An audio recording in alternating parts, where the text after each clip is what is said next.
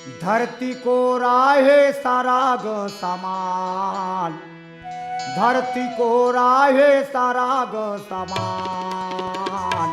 अब जाग जा किसान, तो रंगनामा बोले चिड़ैया हुआ थे दीवान, तो रंगनामा धरती को राहे सारा ग समान, धरती को राहे सारा ग समान।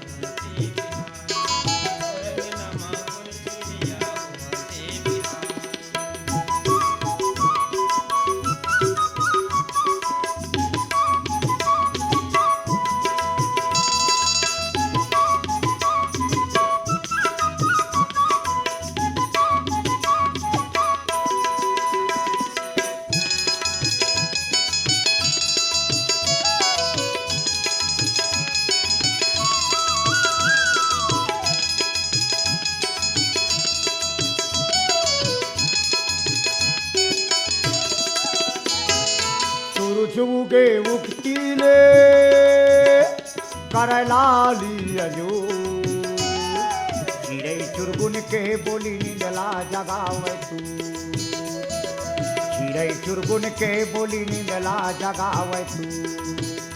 हवाए माटी के महिमा जी महान, हवाए माटी के महिमा गा महान।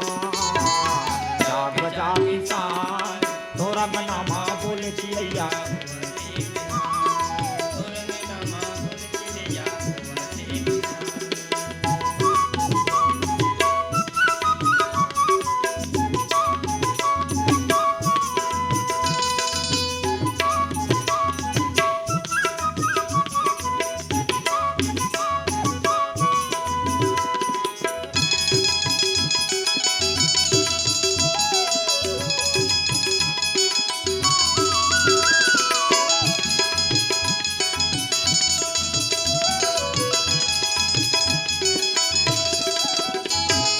कभू घाम कभू झाड़ जनावे, सब दिन बराबर जावे।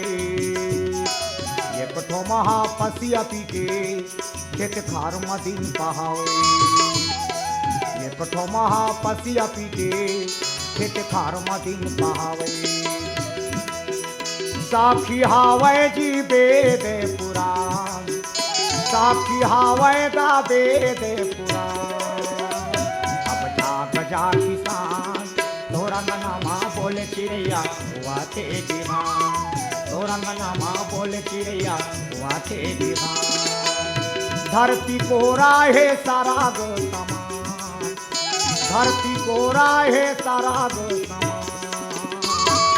जाग जा किसान, तो रंगनामा बोले चिड़ैया हुआ थे दीवान, तो रंगनामा बोले चिड़ैया हुआ थे दीवान, हुआ थे दीवान, हुआ थे दीवान, हुआ थे दीवान।